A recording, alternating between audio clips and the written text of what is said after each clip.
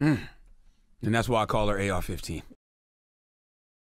Christmas, I give you scrap the very next day, you boom boom boom. Let me bring in right now MJ Lee, CNN national politics reporter, who's all things healthcare, the poor thing. Angela Rye, CNN political commentator and former executive director of the Congressional Black Caucus.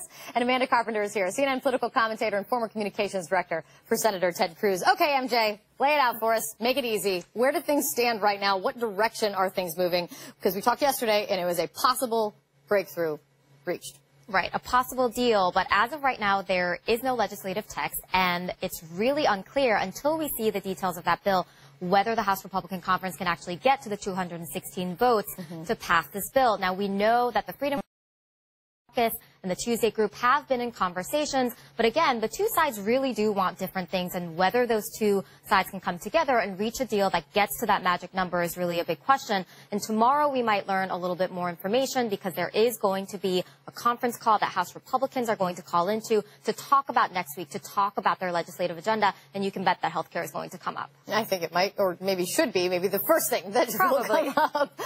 Amanda, what does your gut tell you on this? Do you think they can pull this off before the 100-day mark? Well, here, I think we need a little bit of real keeping in judging this scenario. Just because the House passes a bill doesn't mean this is anywhere near finished. That's nowhere near getting to the president's desk. So I don't know if they're trying to move Amanda, to the goalpost. would you give them a win if they passed it through the House before day 100? No, not really. It would be good news. Like, I'm all for progress. I think this should go well into the summer. I'm fine with that. But that's not what Trump is really promising. I don't know where his goalposts are. It seems right now they're trying to make the bar Republicans make a deal among themselves. Well, okay, without any text. I mean, the bar is so low. I am for them taking time, but I think they should be more clearly explaining what their timeline really is, because we're all talking about this deal and having a victory in the first 100 days. No, just having some bill text on paper is not what we were promised. That's not anywhere near where he should be at this point in time. That may be okay, but there is a long way to go on this, even if it passes the House next week, which, hey, could happen. It should happen. It really shouldn't be this hard. But let's just be real about where we are in this process. Democrats are not going to be doing anything to help. Let's just be honest, Angela, on this one. But the other factor of this is they need to keep the government funded. They need to pass some kind of stopgap, continuing resolution, whatever you want to call it, funding bill by the end of the week. You know how the Hill works. Can they do both things at once?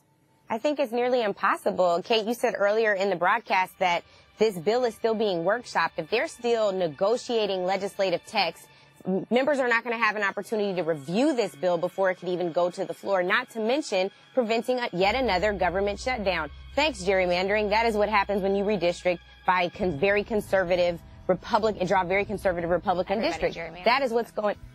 What'd you say? I said everybody gerrymanders. There's a problem on both sides. Yeah, I appreciate you chiming in right there, Amanda. But I think the issue here is very, very clearly that these districts are far too conservative, and so you have people that are no and then absolutely hell no. That is what we're dealing with right now. So there's no middle ground. There's no room for compromise. People forgot that is even what Congress is supposed to do. So you're right. It's not a real victory if this bill passes the House. But let's try to get it out of committee first. Let's try to get it to the House floor first. We have miles and miles to go there, and I don't think that it's going to happen. Not to mention, there's nothing affordable about this health care bill. You're talking about, yet again, cuts to Medicaid. You're talking about, yet again, trying to find tax breaks for the wealthy. That does not help the people who need relief in this country.